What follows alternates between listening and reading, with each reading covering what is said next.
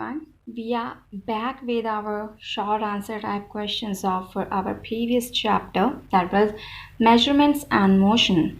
And in the previous video we discussed about very short answer type questions and some choose the correct answers. And today we have some short answer type questions and long answer type questions. So let's see. The first one we have: why are standard units used in measurements?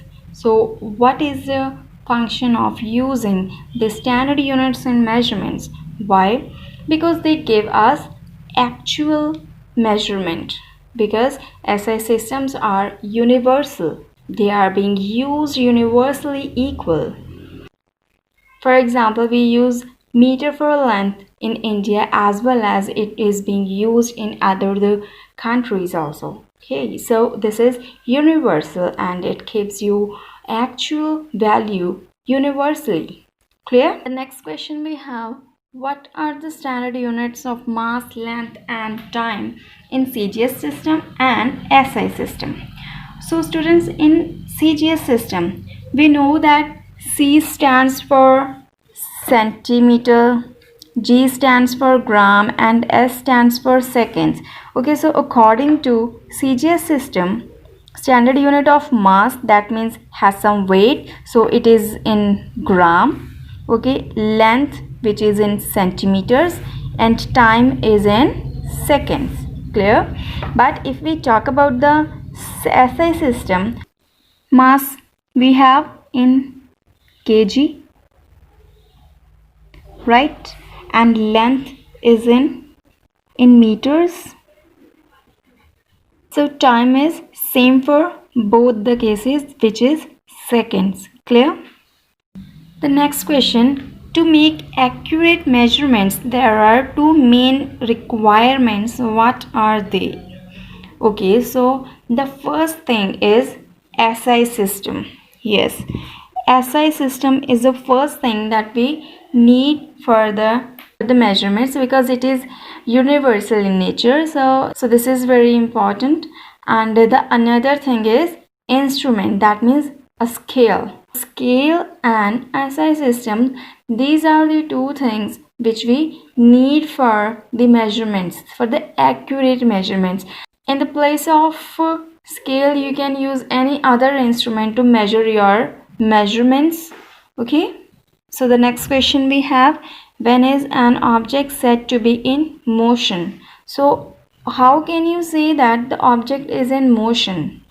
When? Now look the pictures carefully. In the picture A, what do you see? A car A, car 1 is there and a car 2 is also. Okay, so this car 2 remains same in both the pictures. This is picture A and this is picture B. Okay, this car is same on the same position in both the pictures, but this car 1, in the previous picture, in the picture A, it is just in front of the building. Okay, and in the next picture this car is just besides the building, right? So the place is changed. Okay, so when a position or a place changes, it means the object is in motion. Okay, so like it travels something. First of all, it was here. Look at the building carefully. It was here first of all, this car, and then it moves from this position to this, and this distance says us this car moves from here to there. Okay, so this distance shows us motion. It means this car was moving. Got it? Now move to our next question, that is: name two inventions that brought about revolutions in the field of transport. So let's see what are the two inventions. So here are the two inventions that was very important in the decades. The first one we have wheel. Okay, so the invention of wheel brought about a revolution in transport, and the another one was the steam engine. Clear? So these are the two things that brought some revolutions in the transport. Okay, so wheel and a steam engine. Got it? The sixth question is, name the two kinds of motion that the earth has. So let's see. So in the previous video also we understood about the two motions of earth. So let's see. Earth, first of all, it rotates on its axis. Okay, earth rotates on its axis. It shows the rotational motion, and simultaneously it revolves around the sun, right? And this shows the translatory motion. Okay, so translatory motion in which a whole body moves from one place to another. Okay, and this earth takes approximately 1 year to cover the revolution around the sun, right? And if it is on axis, it takes only 24 hours to rotate. Okay, so 24 hours for rotation and 1 year for the revolution of the earth, that is translatory motion. Okay, so these are the two motions that the earth shows simultaneously. Okay, we have long answer questions. So the first question we have, why don't we measure all lengths in just one standard unit of length such as meter instead of having multiples and submultiples? So students, if we need to measure a small distance or small portion of a ground or something, so you can use your SI system of meters. For example, if you want to measure your wall of your room, okay, that you can measure in meters. But what would happen if you want to measure a long road? Path is long and it is very difficult to measure meter by meter. Okay, so instead of using meters, we can use kilometers for the long path. Okay, and simultaneously, if you need to measure a small pencil of yours, then you would not use the meter standard unit. Okay, so for that you can use inches, centimeters, or sometimes decimals. Okay, so with the help of this you can measure your small objects. So there's a reason we don't measure all the things in meter. Okay, and the next question we have, what precautions will you take while measuring the length of a line segment with a scale? So let's see what can be the precautions for using this. So students, here are our precautions while we are going to measure something. So in these pictures we are just calculating, we are just measuring the length of a pencil, and in the first, we should not use your pencil like that. It should be with the ruler. Okay, so this space would not be there, so with that your measurement would be wrong.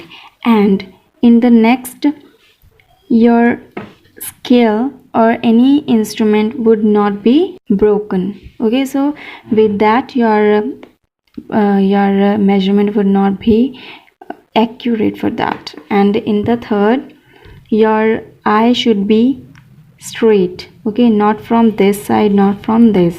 Okay, so this should not be happened. Okay, so your eye should be straight. So these are the 3 precautions that you need to be in your mind while measuring something. Okay, the third question we have, name 2 methods you can use to measure the length of a curved line. Draw a labeled illustrations to show the steps. So let's see. So students, this is the first method by which you can measure your curved line. So what you need to do, first of all, like you have a curved line like this. Okay, and in the second step, what you need to do, you will take a piece of thread. Okay, and you will start and pin it here. That thread will be pinned here. Okay, and then you just start covering the whole curve like this. Okay, and afterwards what you need to do, you'll just take the thread, whatever is whatever is used by the curved line, and then you will take a ruler, and with the help of ruler you will just measure the thread from point this to point here, wherever the curved line finishes. Okay, and with that you can get the accurate measurement of your curved lines. This was the first method, and in the next method let's see how you can measure your curved line. So here is our second method. So the first thing you need is divider, okay, and the line, curved line. So now what you need to do, so we have these up and down, clear, and you will take the one leg of the divider and place it here, and then measure the first curve, and then in the second curve, like that. Okay, and afterwards the segment which is not completed, then you just measure this also. Okay, and what you need to do next, we have a formula, by applying that you will get the actual value of your measurement. So let's see. So here it is. First of all, we need to find the total length of a curved line, then number of steps, that means how many steps we have, like 1 2 3 4. Okay, so these are the steps. Okay, and then distance between legs of divider. So what can be the distance, like this? So this is the distance. So this distance and these steps, they need to be multiplied, and afterwards length of the leftover segment which is not completed. Okay, so that should be added. Clear? So this is the formula, so you can apply for measuring your accurate length of a curved line. Got it?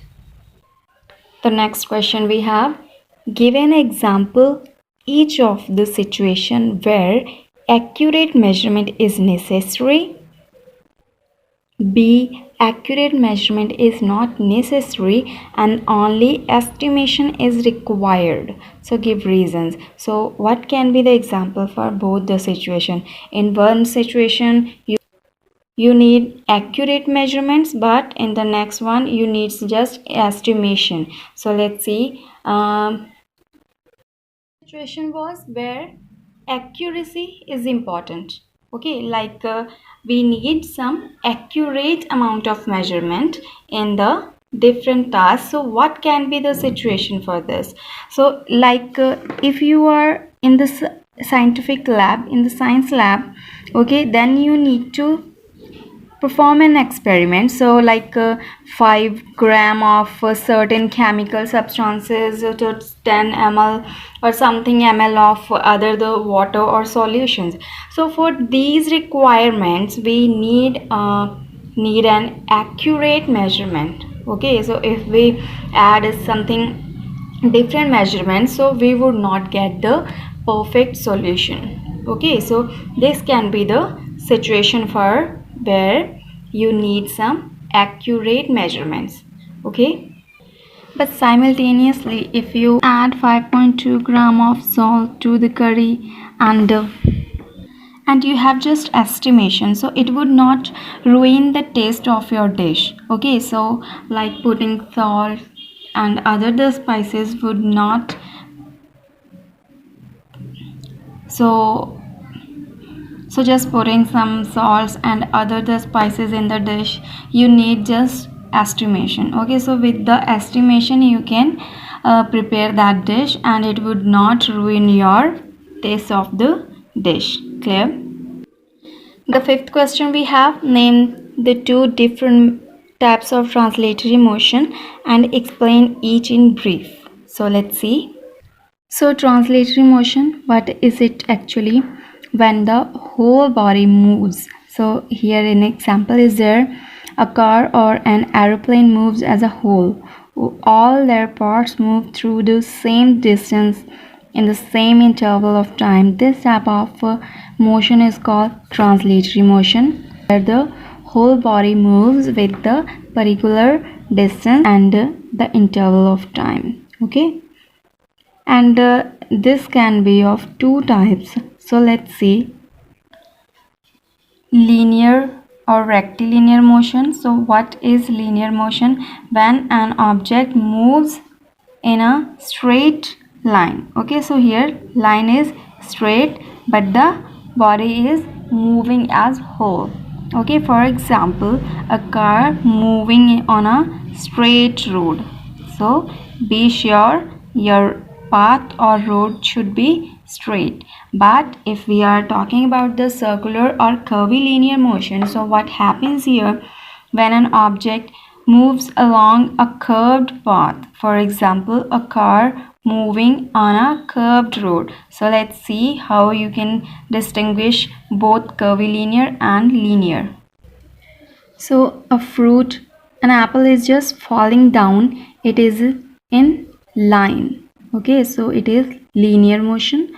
Okay, and this bullet is shot by the person. Okay, and this would be in a straight path, so that is why it is linear motion. Okay, so this is circulation. So what happens here, you have thread in your hand and you're just moving it in the circle. So this is circle. Okay, and when this object, this ball is an object here. Okay, this object moves along with the circular path, so it is said to be circular motion. Okay, so linear when an object moves in a straight line, that is linear. If an object moves in curved line, then it is circular. Clear? The last question of this chapter is, what is periodic motion? Explained with the help of two examples. So periodic motion. So let's see what is periodic motion. Periodic, it says itself that would be interval of a particular time. Okay, so let's see what can be the definition for this. If the same motion occurs again and again, here motion is occurring again and again, got it, and then it is said to be repetitive motion, and this repetitive motion that repeats itself at a regular intervals. So repetition of an object at a regular intervals of time, clear, is called periodic motion. Got my point? So the first example we have of pendulum. So this boy is having a pendulum where its thread is in his hand and this ball is just moving along sidewise.